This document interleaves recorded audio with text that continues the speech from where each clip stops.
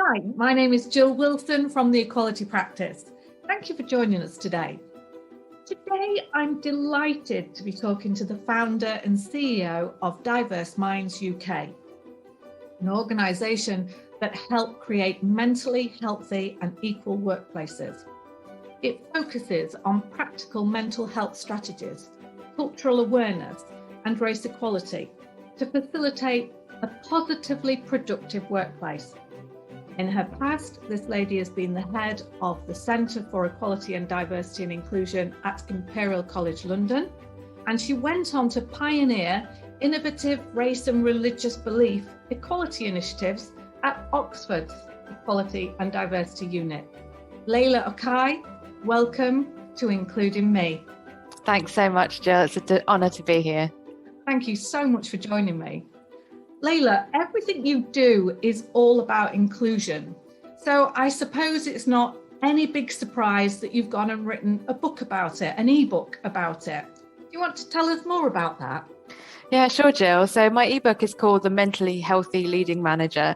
And really, I'm not a writer. I want to be really clear about that. But why I put it together was because I kept getting asked questions when I was doing training around, okay, it's great, we've had this mental health training, but what next? What more? What can I do?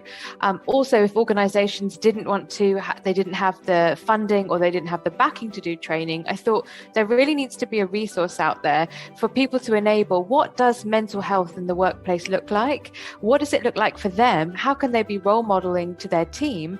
And of course, if we don't look after ourselves, that's really serious. And the other element is the other element was to take away the fear of talking about mental health and mental ill health, because often we think, oh, it's really personal, I can't say that. But actually, why aren't we making it part of the everyday and taking that time to say, how are you? And how are you really? Because that's so important. And we know that if people can talk about these things and not feel like they have to hide any aspect of themselves, that we're going to get a much healthier workplace, a much more relaxed workplace, a much more relieved workplace, and therefore a much more productive workplace. Have you found that people are less resistant, should I say, to talking about mental health issues at the moment? It's a great question, Jill, and I think I've seen a real snowball effect positively in the last 8 years. So I trained as a mental health first aid instructor in 2013, and even then it was quite innovative, and now it seems very much integrated. And I think that those of us who may have never experienced mental ill health in terms of a diagnosed mental health condition, we are all at the moment, I think, in some kind of bizarre malaise where we feel quite flat. I'm not saying that everyone has clinical depression, but I'm sure now if we look at the symptoms of mild depression, many of us have experienced that over the last year, which may never have been the case had we not been through this pandemic. So I think that people are being more open. I think people are talking about it more, but I still think many employers don't really know what to do about it. So from things like, oh, we haven't sent our employees a desk station assessment to look at how they're sitting. People then get maybe chronic or acute back pain. That's going to affect your mental health and well-being. We're not really thinking about the impact on homeschooling. So I'm a non-parent through choice, but all of those parents out there have said to me, homeschooling was the most horrendous experience. And then, of course, you've got parents who are teachers who are trying to teach their own pupils and in classes, and they've also got, caring responsibilities, their own children and pupils in their home. I don't think there's much acknowledgement about that. So I think, yes, we're talking about mental health, but I don't necessarily think that it's being linked up and thinking about all the different areas. And if we look at race, if we look at gender, if we look at police brutality that we've seen in the US and the UK, Nigeria with No More SARS, Brazil with Black Lives Matter Brazil. The UK is a global country in terms of how people identify and they associate with. And so I think that holistic impact of joining things up and how local, national and international events affect people hasn't really been taken into account. As an employer and a business owner, what would you suggest might be one of the first things that I do to look at this issue, especially as people are going to be coming back into the workplace after the pandemic?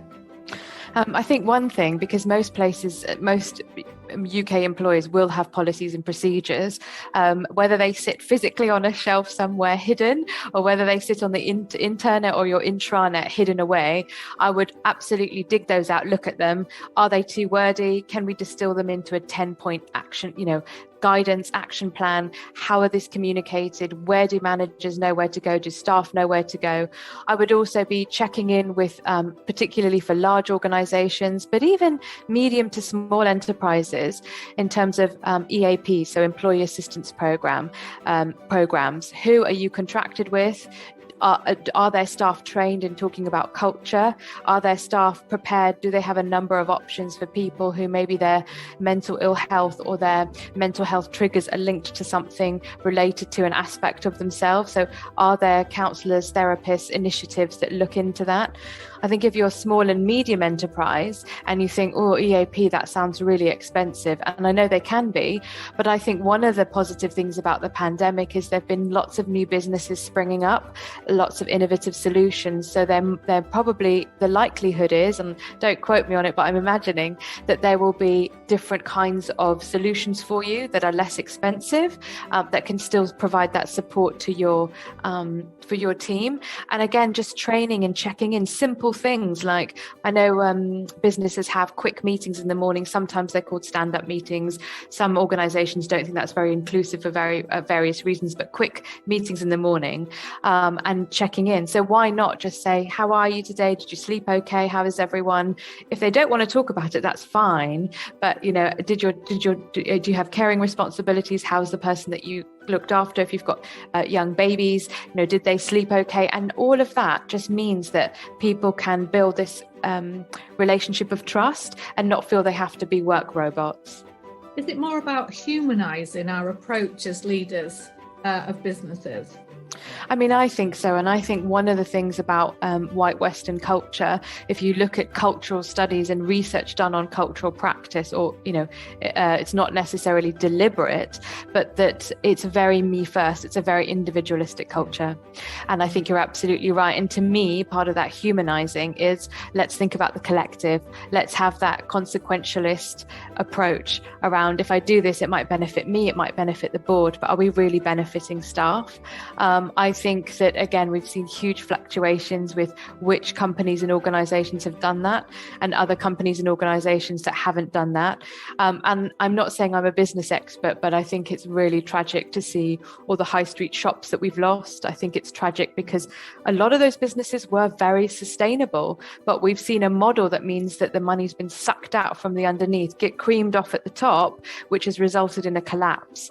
And I do think if they'd still been family-run businesses, we probably would have seen a very different approach. And that's a whole other story. But let's go back to the cost of some of these initiatives and some of the things that businesses might have to think about. Would it be worth talking about a business's legal obligation and what it costs if you don't do this type of work?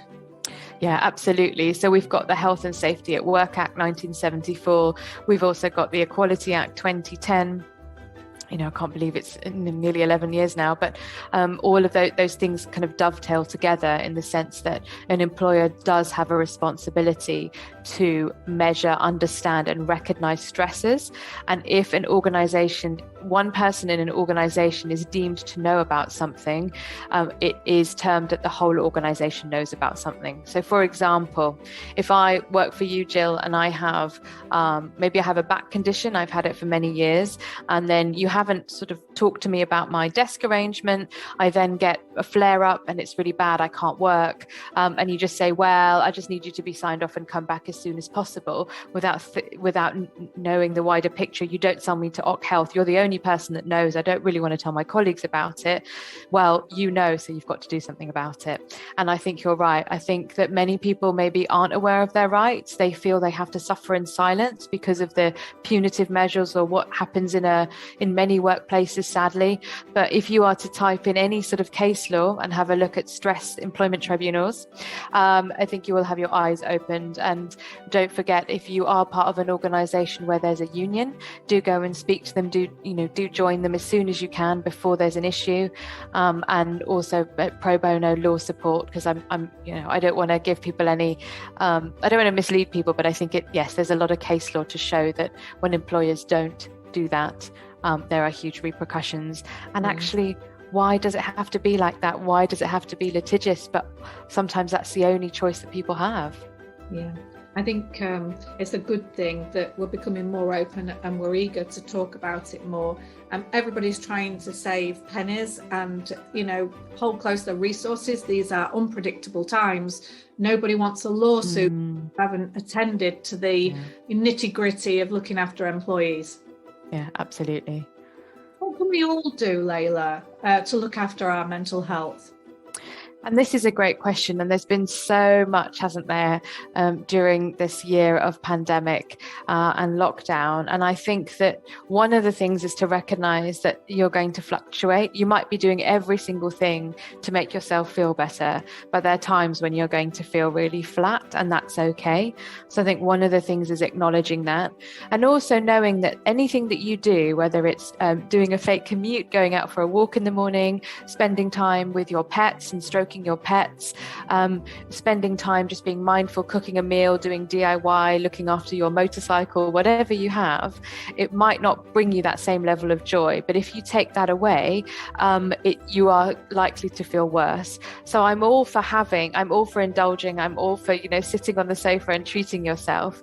But it's also being mindful around what are the things that I need to do that might not make me feel better immediately, but that will keep me going. And if it, whatever it is. And a very dear friend said to me that what she does is she makes a list of the things that make her feel good when she feels more mentally optimum. So if she starts to really suffer and slow down, she has this list to look at to say, right, I remember these are the things that make me feel better. And I think that's a great idea, because often when we feel very low, we can't remember, and we think, well, that's not really going to help us. So I would just say that, and to give yourself a break, mentally, physically, and to recognize that we aren't going to feel wonderful all the time, and that's okay. And jotting down our emotions and tracking our activities, maybe what's happened in the day and how it's made us feel. So again, that helps us to work some things out. And asking for help, I think, Jill, that's another one. That is another one, because most people think that, we're a little bit weak if we ask for help, but we're most definitely not. No, and it can be really difficult to ask for help. I think it's actually an incredibly brave thing. I'm not the best at it myself, but just think about your support network, think about who's there for you. I always talk about the fact that you are the CEO of your own life. So who's on your personal board, who's going to help you, who's there, what's their role, and how are they going to enable you to be the best you. I think that is a very good flyby of all of the things some of the things that you do and you work on. So can I just say, Leyla Okhai, thank you for joining me on Including Me. Thanks so much, Jill, and take care. And it's been a wonderful being a guest. Thank you very much. It's been wonderful having you. Thank you, Layla.